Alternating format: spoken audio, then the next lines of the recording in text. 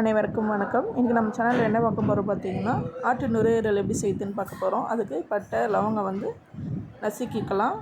நல்லா தூள் மாதிரி ஆனவுடனே கொஞ்சோண்டு பூண்டு இஞ்சி வந்து நறுக்கிக்கலாம்.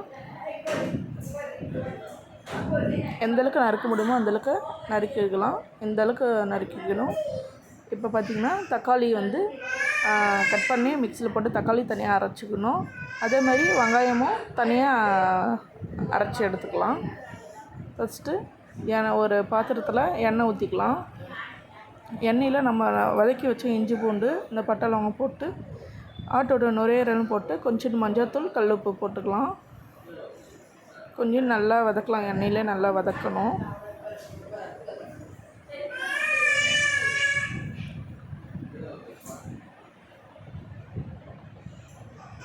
வதக்கி எடுத்துட்டோடனே இதுக்கு தேவையான அளவு தண்ணி கொஞ்சம் ஊற்றிக்கலாம்.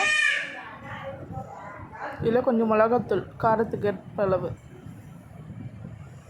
போட்டு இப்போ இதுக்கு வந்து ஒரு விசில் 7 விசில் கூட வைக்கலாம். 7 விசில் நான் வச்சேன். 7 விசில் வச்சு எடுத்துக்கலாம். வச்சு எடுத்தோடனே இந்தளவுக்கு இருக்கும். இப்போ இதுக்கு தாளிப்பு போட்டுக்கலாம். எண்ணெய், கடுகு, இஞ்சி, பூண்டு, அது பட்டை லவங்கம் இடித்ததும் கொஞ்சம் ஆட் பண்ணிக்கலாம்.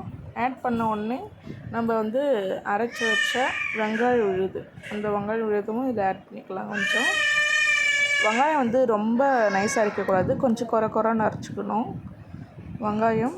அதேமாதிரி வெங்காயம் நல்லா வதங்கணும். நல்லா வதங்கிட்ட உடனே இது கூட நம்ம அரைச்சி வச்சா தக்காளியும் இது கூட சேர்த்துக்கணும். சேம் தக்காளி அதே மாதிரி தான், ரொம்ப நைஸாக அரைக்கக்கூடாது, திட்டமான பதத்தில் அரைச்சிக்கணும். இது கூட கொஞ்சம் கல்லுப்பும் கொஞ்சம் லைட்டாக ஆட் பண்ணிக்கலாம். கல்லுப்பு நல்லா ஆட் பண்ணோடனே கொஞ்சோண்டு மஞ்சள் தூள் கொஞ்சம் ஆட் பண்ணி இந்த கலரு மிக்ஸ் பண்ணிக்கலாம். இதில் வந்து இப்போ நம்ம வந்து விசில் வேக வச்சு எடுத்து 7 விசில் வச்சுருக்கேன் நான். இதை வந்து இது கூட ஆட் பண்ணி கலரிக்கலாம். நல்லா எண்ணெயில் நல்லா வதங்கணும். இது கூட வந்து அந்த மசாலா தண்ணி கொஞ்சம் ஆட் பண்ணிக்கலாம். இந்த தண்ணி நல்லா சுருண்டுற அளவுக்கு நல்லா இது பண்ணிக்கலாம். இதில் வந்து எண்ணெய் பிரிஞ்ச வர அளவுக்கு நல்லா இது பண்ணணும். இது பாருங்கள், இந்த பதத்தில் வரணும்.